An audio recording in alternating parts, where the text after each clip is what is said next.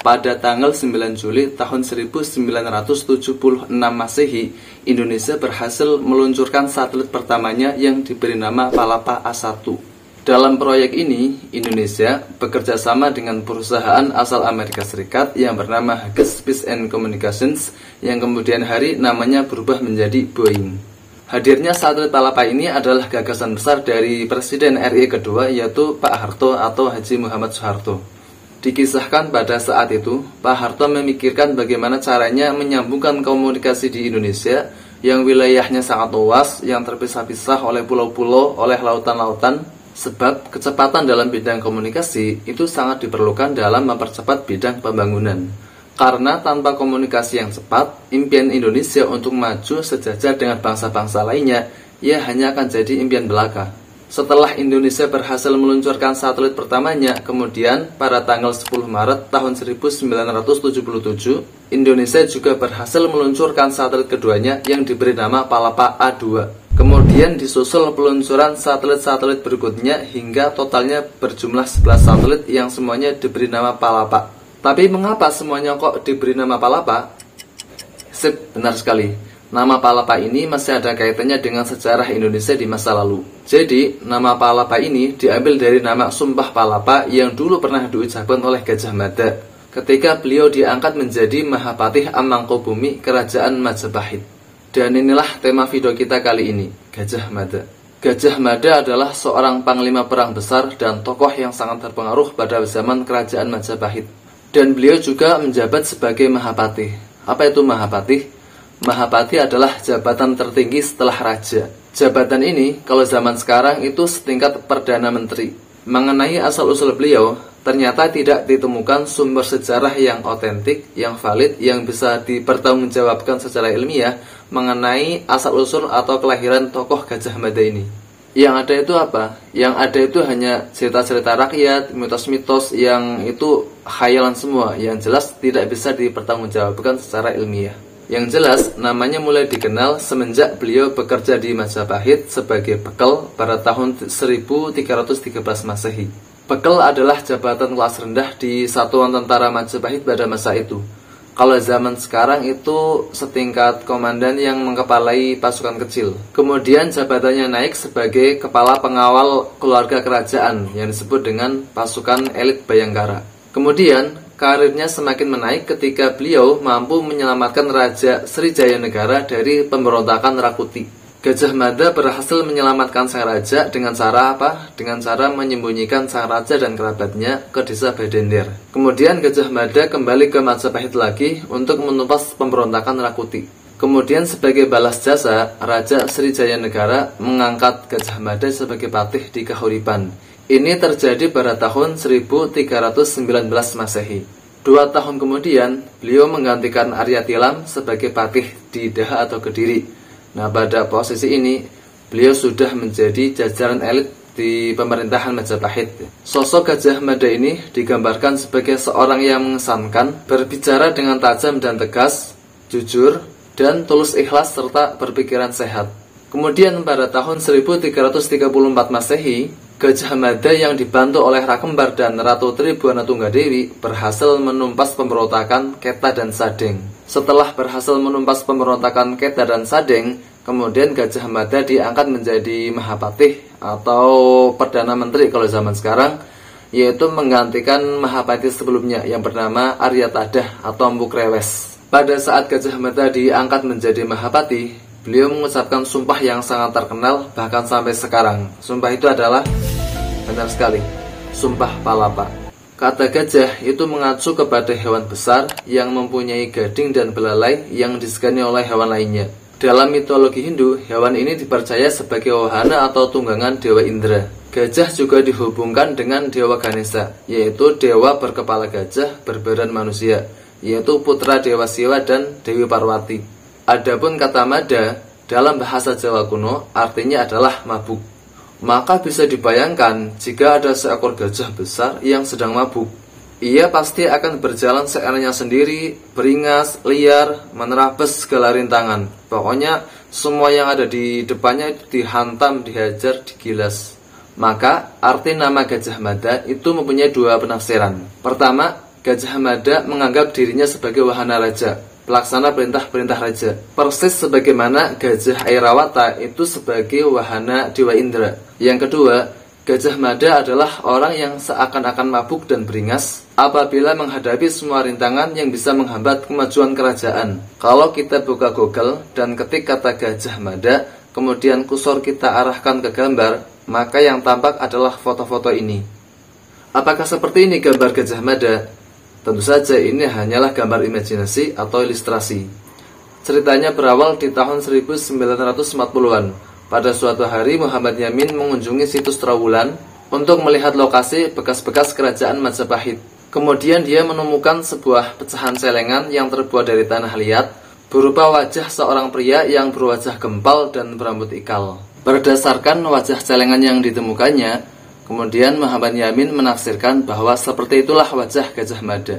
Yamin kemudian meminta kepada seorang seniman yang bernama Hingantung untuk membuat lukisan yang mirip dengan celengan tersebut. Hasil lukisan itu lalu dipampang di sampul bukunya yang berjudul Gajah Mada, Pahlawan Persatuan Nusantara yang terbit pada tahun 1945 untuk pertama kalinya. Gambaran fisik Gajah Mada menurut versi Yamin ini sebenarnya itu mendapat kritikan yang banyak. Kenapa? Karena tidak mungkin sosok sebesar Gajah Mada kok wajahnya atau fisiknya dijadikan celengan. Hal semacam itu maksudnya penghinaan. Kenapa? Karena para pemuka negara pada zaman kerajaan Hindu-Buddha termasuk Majapahit, biasanya sosoknya itu diarcakan. Kemudian arca atau patung tersebut biasanya disimpan di tempat-tempat yang suci seperti candi. Lalu pertanyaannya, seperti apa sih sosok Gajah Mada yang asli? Sosok perawakan Gajah Mada yang asli itu terdapat di Arca Brojonoto yang sekarang tersimpan di Museum Nasional. Dalam arca tersebut, sosok Gajah Mada digambarkan berbadan tegap, kumis melintang, rambut ikal bergelombang. Di bagian kepalanya terdapat ikat rambut dengan pita yang membentuk seperti topi tekes. Ia mengenakan busana dan perhiasan gelang serta kelat lengan atas berupa ular sebagaimana Bima. Ketika pengangkatannya sebagai Mahapatih Amangkubumi atau Perdana Menteri pada tahun 1258 Saka atau tahun 1334 Masehi, Gajah Mada mengucapkan sumpah palapa yang isinya ia tidak akan menikmati palapa atau rempah-rempah atau bisa juga ditafsirkan kenikmatan duniawi sebelum ia berhasil menaklukkan Nusantara. Sumpah palapa ini tercatat dalam kitab Pararaton dengan menggunakan bahasa Jawa Pertengahan yang kurang lebih seperti ini. Sira Gajah Mada, Pepatih Amangkubumi, Tan Ayun Amukti Palapa. Sira Gajah Mada, lamun huus kalah Nusantara, ingsun amukti palapa, lamun kalah ring gurun, ring seram, Tanjung Pura, ring haru, ring pahang, dompo, ring Bali, Sunda, Palembang, Tumasik, Samana, ingsun amukti palapa. Kalau diterjemahkan ke dalam bahasa Indonesia, kurang lebih artinya seperti ini. Ia Gajah Mada sebagai Patih Amangkubumi tidak ingin melepaskan puasa. Gajah Mada berkata bahwa bila telah mengalahkan atau menguasai Nusantara, saya baru akan melepaskan puasa. Bila telah mengalahkan Gurun, Seram, Tanjung Pura, Haru, Pahang, Dompo, Bali, Sunda, Palembang, Tumasik, demikianlah saya baru akan melepaskan puasa. Berikut adalah nama-nama yang dimaksud dalam Sumpah Palapa. Gurun sama dengan Kerajaan Gurun yang terletak di Pulau Lombok, Nusa Tenggara Barat. Seram itu sama dengan Kerajaan Seram yang sekarang itu terletak di Kecamatan Seteluk, Kabupaten Sumbawa Barat, Nusa Tenggara Barat. Tanjung Pura sama dengan Tanjung Pura yang sekarang terletak di Kabupaten Ketapang, Kalimantan Barat. Haru itu sama dengan Kerajaan Aru yang sekarang terletak di Kabupaten Taro, Sumatera Utara. Pahang itu sama dengan kalau sekarang wilayah Malaysia. Dompo sama dengan Kerajaan Dompo yang sekarang masuk Kabupaten Dompo, Nusa Tenggara Barat. Bali berarti Pulau Bali, ini sudah jelas. Sunda itu Kerajaan Sunda Galuh, ya sekarang masuk wilayah Jawa Barat. Palembang yang sekarang menjadi kota Palembang, yang dulunya adalah Sriwijaya. Tumasik itu sama dengan sekarang itu Singapura. Menurut sejarawan Slamet Mulyono dalam bukunya Tafsir Sejarah Nagara Kartagama, Sumpah Gajah Mada itu menggemparkan para petinggi kerajaan Majapahit seperti Rakembar, Rabanyak, Jebung Tarewes, dan Lembu Peteng. Mereka merespon negatif sumpah Gajah Mada tersebut. Ya tentu saja karena Gajah Mada diremehkan, ya dihina bahkan diejek. Kemudian Gajah Mada pergi meninggalkan aula tersebut, ya aula pertemuan, menghadap Rani atau Ratu Tribuana Tunggadewi untuk meminta restu. Nah, setelah Gajah Mada mendapatkan restu dari sang ratu, kemudian Gajah Mada benar-benar berusaha menepati sumpahnya tersebut, yakni melancarkan program politik penyatuan Nusantara selama 21 tahun, antara tahun 1336 Masehi sampai tahun 1357 Masehi. Setelah persiapan selama 3 tahun lamanya, kemudian Gajah Mada yang dibantu oleh Empu Nala atau Laksamana Nala kemudian mulai melaksanakan politik penyatuan Nusantara tersebut. Gajah Mada yang dibantu oleh Laksamana Nala menaklukkan Suwarnabumi atau sekarang Sumatera pada tahun 1339 Masehi. Kemudian menaklukkan Pulau Bintan, kemudian lanjut ke Tumasik atau Singapura, dan Semenanjung Malaya atau Malaysia. Kemudian pada tahun 1343 Masehi, dengan dibantu Arya Damar, Gajah Mada menaklukkan Bedahulu atau Bali.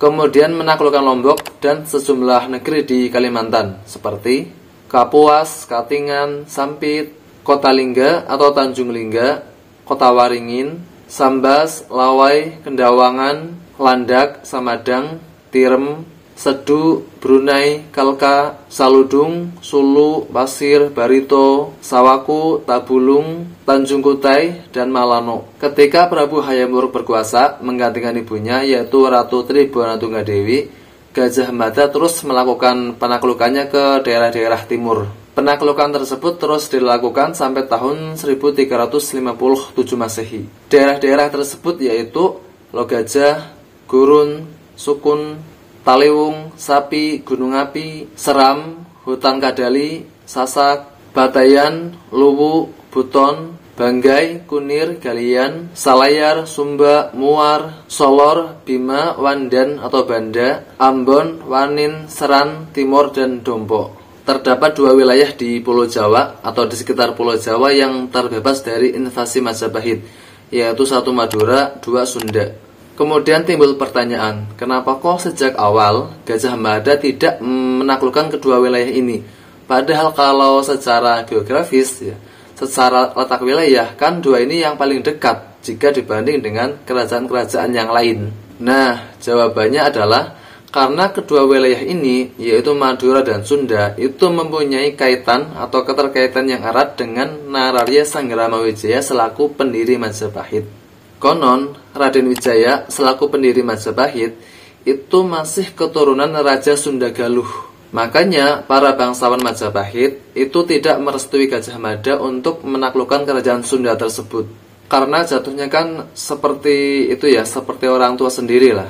Berarti raja-raja Sunda itu sebenarnya adalah orang tua dari Raden Wijaya selaku pendiri Majapahit. Jadi ada rasa enggan atau sungkan. Ada adat istiadat yang zaman dahulu itu masih dipegang. Kemudian yang kedua adalah Pulau Madura.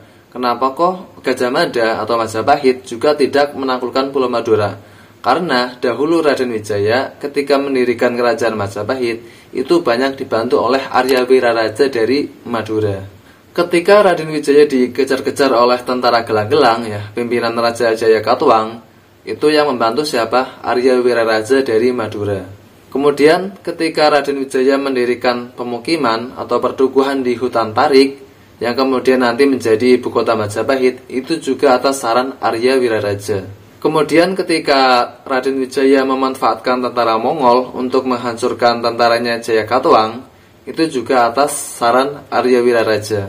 Dan juga berdirinya kerajaan Majapahit itu juga yang mensponsori, yang mendukung penuh juga Arya Wiraraja. Maka atas pertimbangan semua itu, para kerabat raja itu tidak menyarankan Gajah Mada untuk menyerang Madura dan juga Sunda.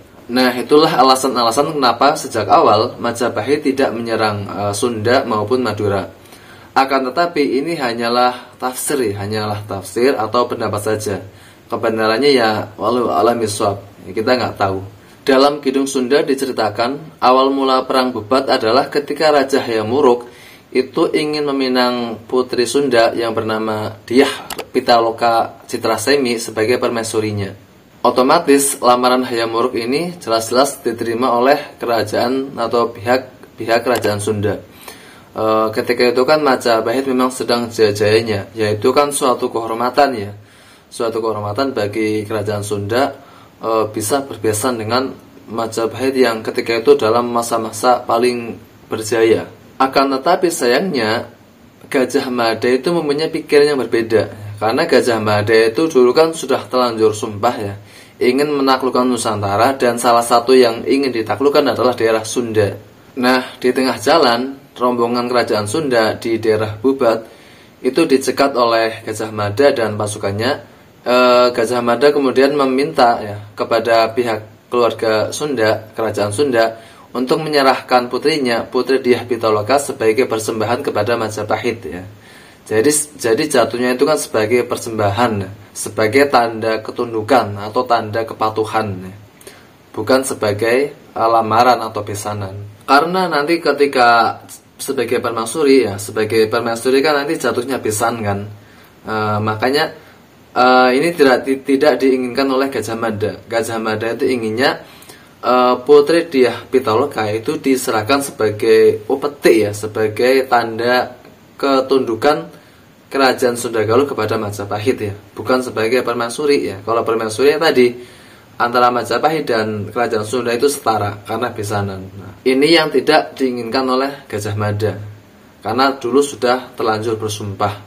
Rombongan kerajaan Sunda tentu saja menolak mentah-mentah keinginan Gajah Mada tersebut, dan akibat penolakan tadi pecahlah yang namanya Perang Bubat. Dalam pertempuran yang tidak seimbang tersebut, tentu saja rombongan dari pihak keluarga Sunda itu kalah ya, karena kan tidak seimbang.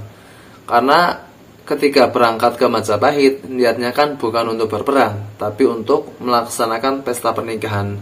Yang jelas tidak membawa senjata, walaupun bawa pun hanya sekedarnya. Dan di situ dikatakan sebagian besarnya itu tewas, dan ketika melihat rombongannya, keluarganya, okupannya yang meninggal, akhirnya Putri Dyah Pitaloka itu bunuh diri.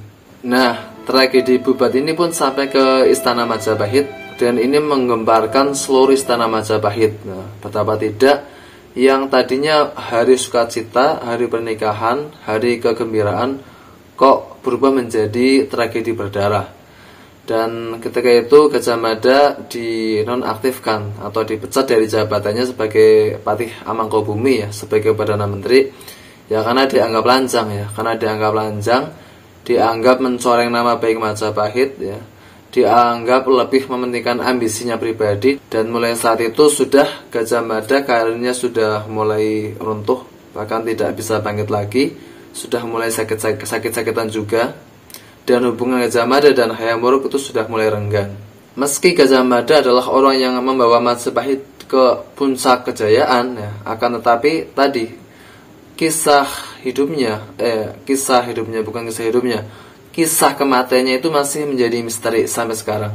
Ada berbagai sumber yang menjelaskan kematian Gajah Mada. Di antaranya adalah, yang pertama adalah versi Negara Kartagama. Kalau menurut versi Negara Kartagama, Gajah Mada itu meninggal dalam keadaan yang normal, yang biasa. Gajah Mada dikatakan meninggal pada tahun 1286 Saka atau tahun 1364 Masehi. Hal ini sebagaimana tertuang dalam pupuh ke-70 bait ke-1 sampai ke-3. Yang kedua adalah versi rakyat Jawa Timur atau cerita rakyat Jawa Timur. Dalam cerita rakyat Jawa Timur dikisahkan setelah tragedi Bubat ya, setelah perang Bubat tadi, itu Gajah Mada mulai menarik diri dari kehidupan duniawi, kemudian menjadi seorang pertapa. Dia menjadi pertapa di daerah pedalaman Probolinggo, di dekat kaki Gunung Bromo. Di daerah ini terdapat air terjun yang bernama Mada Karipura. Di balik air terjun tersebut itu terdapat deretan ceruk, dan terdapat satu goa yang cukup menjorok ke dalam.